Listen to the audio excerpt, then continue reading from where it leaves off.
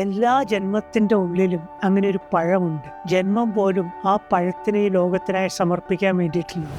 എല്ലാവർക്കും നമസ്കാരം. നല്ലൊരു മാമ്പഴക്കാലം തുടങ്ങിയിരിക്കുന്നു. ഈ കഴിഞ്ഞ 10-20 വർഷമായിട്ട് മാമ്പഴക്കാലങ്ങൾ ലണ്ടനിൽ വളരെ പ്രസിദ്ധമാണ്. ഇന്ത്യക്കാർ തിങ്ങിപ്പാർക്കുന്ന ഏരിയകളിൽ എല്ലാ കടകൾക്ക് മുമ്പിലും മാമ്പഴം ഉണ്ടാവും.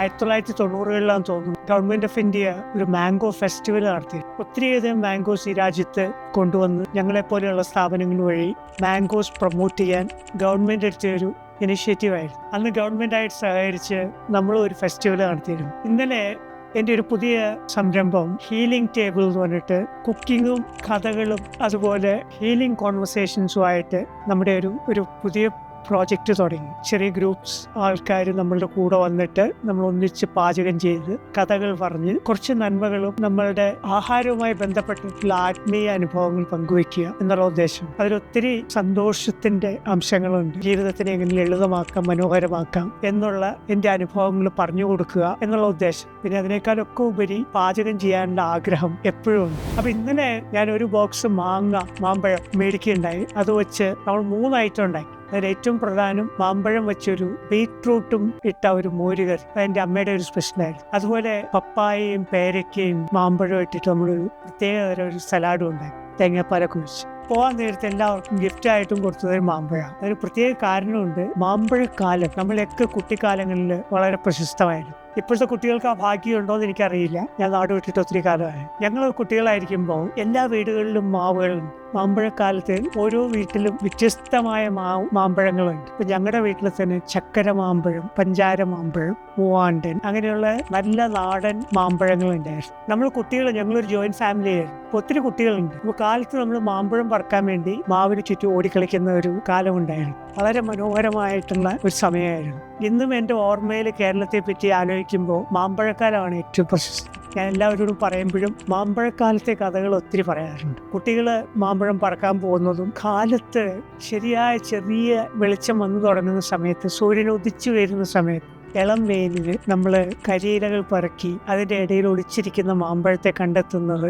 ഞങ്ങൾക്ക് ഭയങ്കര അതിശയവും ഹോബിയായിരുന്നു. ആ സമയത്ത് ഇതിന്റെ പ്രത്യേകത, മാവ് സ്വയം നമുക്ക് കുട്ടികൾക്കായി തരുന്ന മാമ്പഴമായിട്ടാണ് അതിനെ കണ്ടിരുന്നത്. അതിൽ ഇളം വെയിലിന്റെ ചെറു ചൂടുണ്ട്. അതിന്റെ ചുണ്ടില് ആ ചൊനയുടെ അംശം നമുക്ക് കാണാം. അതിന്റെ മണം ഏറ്റവും പരിശുദ്ധമായ മണമായിരുന്നു ആ സമയം.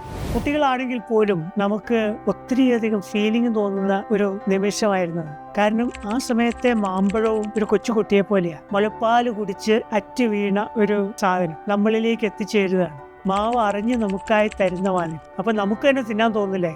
പിന്നെ ഏറ്റവും നല്ല ഭംഗിയുള്ള കളറും മാമ്പഴത്തിന് ആ സമയത്താണ്. മണം നമ്മൾ കുറേ നേരം ആസ്വദിക്കും. കയ്യിൽ പിടിച്ച് കഴിക്കാൻ പറ്റാതെ മണത്തുകൊണ്ടിരിക്കാറുണ്ട്. അത് ഏറ്റവും സുന്ദരമായ നിമിഷങ്ങളാണ്. എല്ലാ മാമ്പഴക്കാലവും എല്ലാ വർഷവും നമ്മൾ അതിനെ കാത്തിരിക്കും. ഇതിൽ നിന്ന് ഞാൻ പഠിച്ച വലിയൊരു പാഠം, മാവ് എന്ന് പറയുന്ന അസാധ്യ ഒരു പ്രതിഭാസം. കാലാകാലങ്ങളിൽ കുട്ടികൾക്ക് ഓരോ സീസണിലും മാമ്പഴം ഇങ്ങനെ കൊടുത്തുകൊണ്ടിരിക്കുന്ന ആ വലിയൊരു സൃഷ്ടി ശരിക്ക് എന്നെ പഠിപ്പിച്ച വലിയ കാര്യങ്ങളിൽ ഒന്ന് മാവും മാമ്പഴവും തമ്മിലുള്ള ആ ഒരു അന്തരം, അത് തമ്മിലുള്ള വ്യത്യാസം. പ്രതികൂലമായ ഒത്തിരി സാഹചര്യങ്ങളെയും കാലാവസ്ഥയെയും തരണം ചെയ്ത് നിലനിന്ന് ഓരോ സീസണു വേണ്ടിയും കുട്ടികൾക്ക് ഈ മാമ്പഴം കൊടുക്കാനുള്ള കാത്തിരിപ്പിന് ശേഷം മാമ്പഴം ആ സീസണിൽ അത് പൂവായി, തളിരായി, അത് കായായി, പഴമായി നമ്മളിലേക്ക് എത്തിച്ചേരുന്ന ആ സമയത്ത് മാവ് ഒരു വ്യക്തിയായിരുന്നെങ്കിൽ എത്ര സംതൃപ്തിയും അഭിമാനവും തോന്നുമായിരിക്കും, സന്തോഷം തോന്നുമായിരിക്കും. കാരണം എൻ്റെ വിശ്വാസം, മാവിൻ്റെ ഉള്ളിൽ നിന്ന്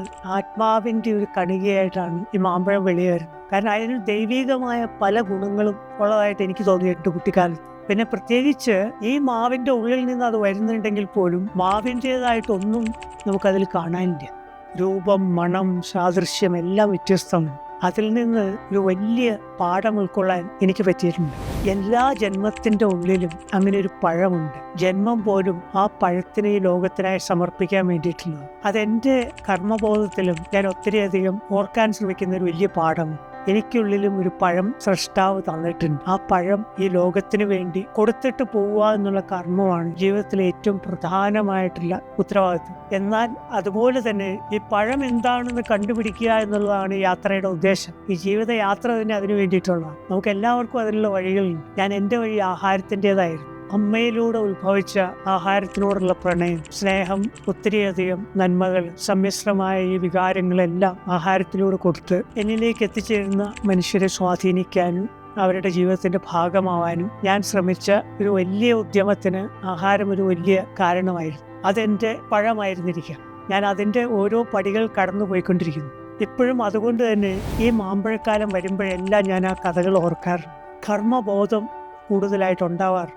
മറക്കാതെ പൂക്കാനും കായ്ക്കാനും കൊടുക്കാനും ഉള്ള മനസ്സ് കാണിക്കുന്ന ഒരു മാവിനെ പോലെ ഒരു നല്ല മരമാവാൻ എനിക്ക് സാധിച്ചിരുന്നെങ്കിൽ അതിനുള്ള ശ്രമമാണ് ഓരോ ദിവസവും. അതിലൂടെ നമ്മൾ കൊടുക്കുന്ന ഈ പഴം അളവറ്റ വിലയുള്ളതാണ്. മനുഷ്യൻ്റെ ഓർമ്മകളിൽ ഒരിക്കലും മായാത്ത സ്ഥാനം അതിനുണ്ട്. ആ പഴം നമ്മളുടെ ഉള്ളിലൊക്കെയുണ്ട്. അത് കണ്ടെത്താനും സന്തോഷത്തോടെ അത് കൊടുക്കാനും നമുക്ക് സാധിക്കണം. അതാണ് ഈ ജീവിതത്തിൻ്റെ പരമ ഉദ്ദേശവും സത്യവും. ഞാൻ അതിനുവേണ്ടി എപ്പോഴും ശ്രമിക്കുന്നു. അപ്പോൾ ഈ മാമ്പഴക്കാലത്തിന് എല്ലാവരും മാമ്പഴം കഴിക്കണം. മാവുകളെ ഒന്ന് തൊട്ട് തലോടുകയും വേണം. പറ്റുകയാണെങ്കിൽ കെട്ടി പുണരാൻ പറ്റുകയാണെങ്കിൽ കൂടുതൽ നല്ലത്.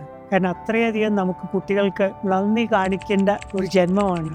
ഒത്തിരി നന്മകൾ മാവിനുണ്ടാവുന്നു. കാലങ്ങൾ കഴിഞ്ഞാലും അത് കുട്ടികളെ സന്തോഷത്തിൻ്റെ ലോകത്തേക്ക് എത്തിക്കുന്നത് ഈ മാവാണ്. അതുകൊണ്ട് എല്ലാ മാവിനെയും ഞാൻ ഓർക്കുന്നു. നാട്ടിൽ പോകുമ്പോൾ എപ്പോഴും ആദ്യം ശ്രദ്ധിക്കുന്നത് നമുക്ക് ചുറ്റുമുള്ള വൃക്ഷങ്ങളാണ്. അത് നമുക്ക് തരുന്ന ഇതുമാതിരിയുള്ള പഴങ്ങളും ഒത്തിരിയധികം ഗുണങ്ങൾ അത് നമ്മൾ ഓർത്തെടുക്കാനും നന്ദി പറയാനും നമുക്ക് തോന്നണം. എനിവേ, എല്ലാവർക്കും ഒരു നല്ല മാമ്പഴക്കാലം ആശംസിക്കുന്നു. Thank you.